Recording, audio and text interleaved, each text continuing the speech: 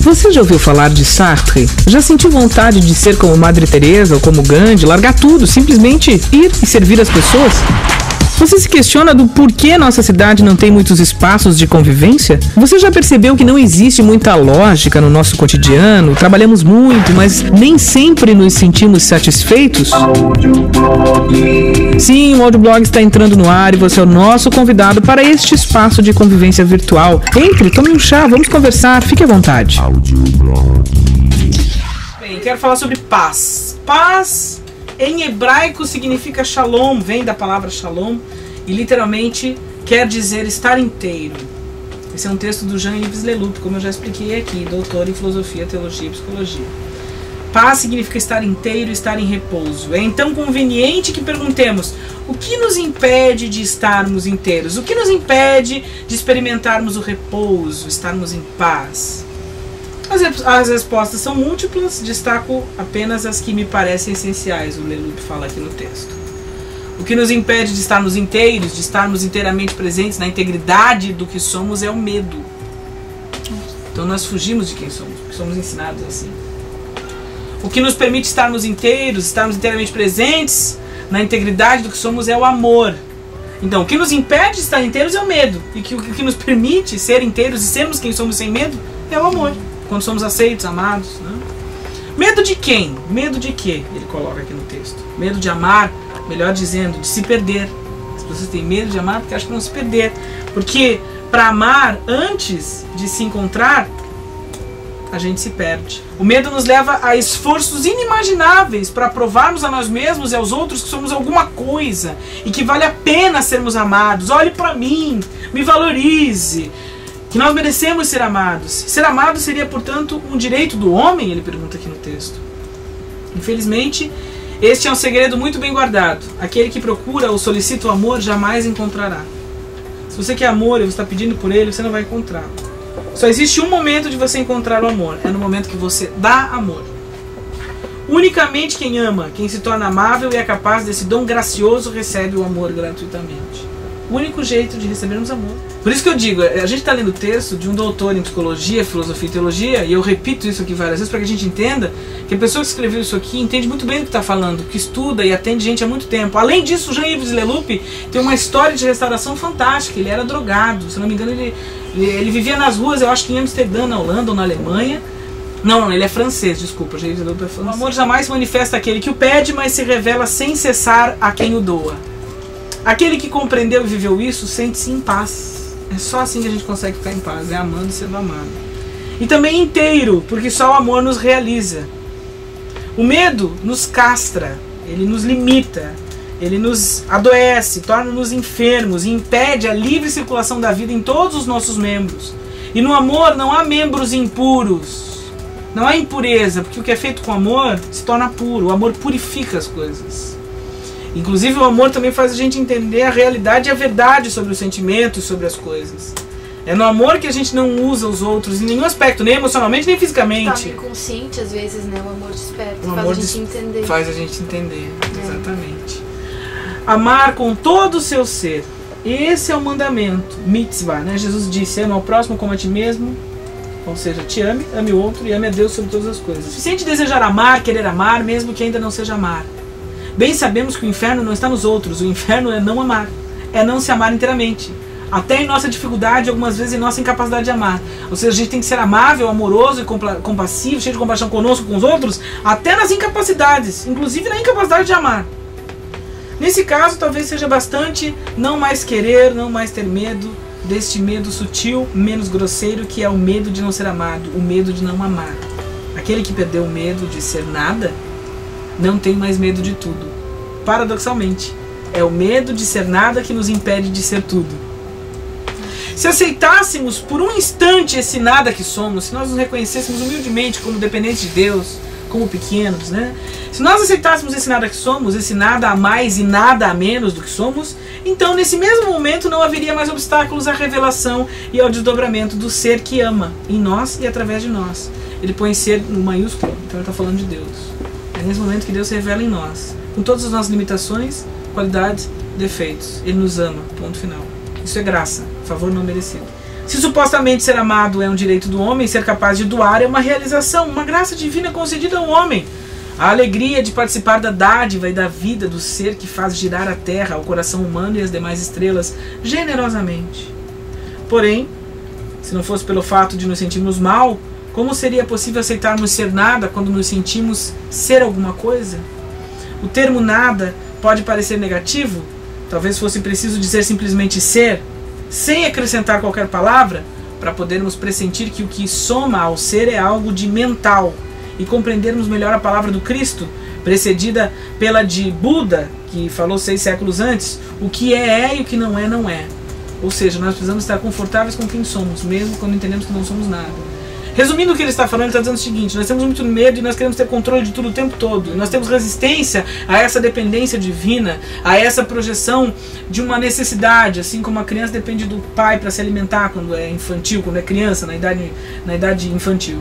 Então ele está dizendo aqui que a gente não tem que ter medo disso, e que a gente tem que estar em constante harmonia com o Ser Supremo, Deus Supremo, e com todas as pessoas ao nosso redor, sabendo que não somos nada.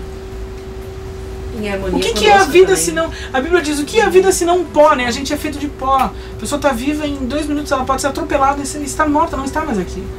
E a gente não tem que ter medo disso, a gente tem que viver com essa realidade e com esse amor de Deus por nós, constantemente. Isso tem que nos bastar. Tudo que é dito a mais vem do mental ou do mal, ou ainda, em algumas traduções, do mentiroso. Sentir-se em paz. Eu já vou explicar o que é dessa parte aqui. Tudo que é dito a mais vem do mental, ou do mal. Ele fala da luta na mente, que a gente tem que vigiar com os pensamentos e rejeitar aquilo que não presta. Sentir-se em paz é estar num corpo relaxado, com o coração livre e a mente serena. E conhecendo melhor hoje as funções coordenadoras do cérebro, é sem dúvida pelo mental que devemos começar. Olha só, vigiar na mente. Ser nada mais e nada menos do que somos, estar em paz, pressupõe uma mente pacificada, uma mente em repouso. E é o segundo sentido da palavra shalom. Por que é que nós não estamos em repouso, hein? Não somente há o medo de ser nada, mas existem as lembranças. Sim, além de tudo, ainda, como já não bastasse milhões de lutas diárias, tem as lembranças, né? E ele começa a falar da mente aqui, de como a gente tem que vigiar na mente. As lembranças com as quais nos identificamos e que tomamos por nosso verdadeiro ser. E às vezes aquilo que você lembra não é você mais, está no passado, mas a lembrança te faz ter a sensação de que ainda é. Que você talvez nem seja mais aquilo. Não tem mais nada a ver com você. Às vezes aquilo te deprime, te chateia, te leva a ter atitudes. Lembrando que nós estamos falando de paz, a busca pela paz. Então, como tudo e pelo isso, amor. E como faz tudo parte. isso pode tirar a nossa o teu paz. sossego mesmo. Ou seja, é esse constante apetite. O Rob Bell escreveu um livro chamado Deus e Sexo. Ele fala que a gente tem um radar. A gente está constantemente caçando alguma coisa para preencher um buraco, porque a gente tem um buraco interminável. É por isso que só Deus resolve esse problema. E tem que tratar de algo muito maior. E nada disso aí preenche esse vazio. Nada. Nem a comida, nem as nem coisas, nem nada. o consumo, nem o sexo. Não vai, não tem como. Se não tiver Nem Deus, ilusão. o resto não é resto. Exatamente.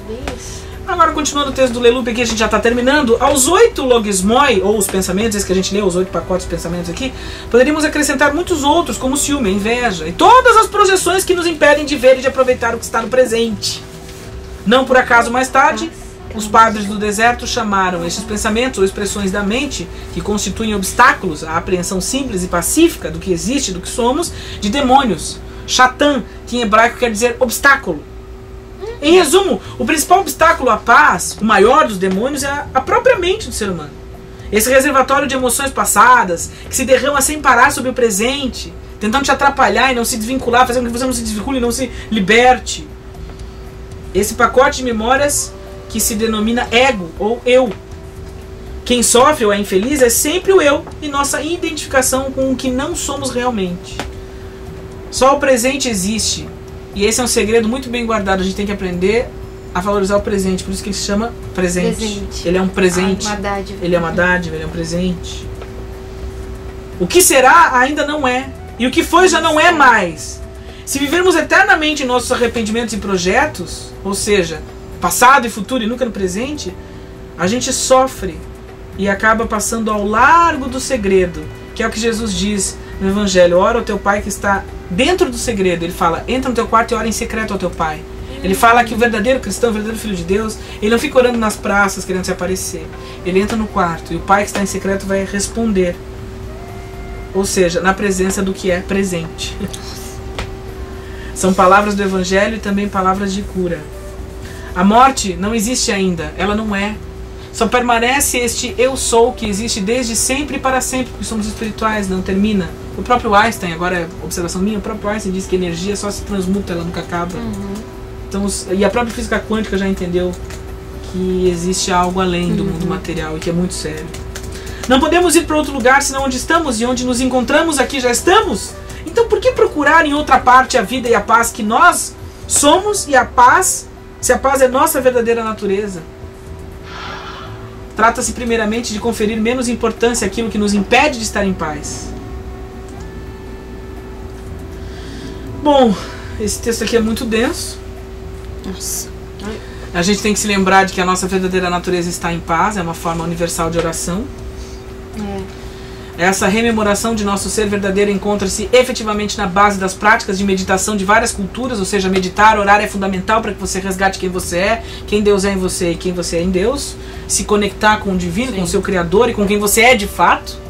Adoração. Não há, exatamente, adoração, contemplação da própria natureza, da beleza do que Deus criou e de Deus mesmo, na sua essência. Silêncio. Silêncio. Nós temos medo do que, o Leluc pergunta aqui no texto dele? De perdermos a cabeça, perdermos a alma e de não sermos o que nossas memórias nos dizem que somos? Não sermos coisa alguma do que pensamos ser? É porque o primeiro momento quando você começa a se libertar das projeções é esse, né? Cara, eu não sou isso que eu achava que eu era, então o que eu sou? Aí surge o medo que é o desconhecido. Por isso que a gente tem que ter muita fé, né? E confiança de que o Espírito Santo, Deus, e a nossa caminhada, a nossa jornada como filho de Deus, porque o Espírito dele habita em nós também, na vida. Deus é vida e a vida está em nós. Então ele vai nos guiar para a luz. Porque já está em nós. Nós viemos dele.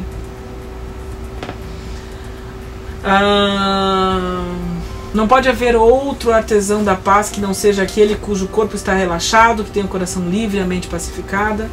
Mesmo o nosso desejo de paz pode tornar-se uma tensão, então não force a barra, porque essa busca pode se tornar um nervosismo, um obstáculo à paz, uma obrigação, um dever que se somará à infelicidade e à inquietação do mundo. Então aprenda a descansar sem ter que forçar a barra. E por fim ele diz o seguinte: afirmar que se está em paz não é negar os medos, negar as memórias ou os nossos sofrimentos, não. É colocá-los em seus devidos lugares, na corrente insensata e tranquila da verdadeira vida. Ou seja, deixe ser. Deixe admitir ser. que tem até para poder saber trabalhar com isso, né? Lidar com isso. E não precisa ter medo disso, porque isso faz parte da vida também. É verdade. Que tal aquela sala escura, uma pipoquinha, aquele filmezinho pra assistir com a pessoa que você gosta? Ou pra assistir sozinho, afinal todo bom cinéfilo gosta de assistir filme. O Audioblog indica um filme pra você e o seu endereço é @.com, a sua locadora onde a diversão está em alta definição, e @.com fica ali no Giasse. Boa tarde, ouvintes do Audioblog. Hoje a minha dica de filme se chama O Menino do Pijama Listrado e fica como dica de livro também, que é muito bom. Lançamento é de 2008, o diretor é o Mark Herman, o gênero drama. Basicamente conta a história de Bruno, um menino de 8 anos, que é filho de um oficial nazista. O pai dele assume um cargo num campo de concentração e a família tem que se mudar de Berlim para essa área desolada.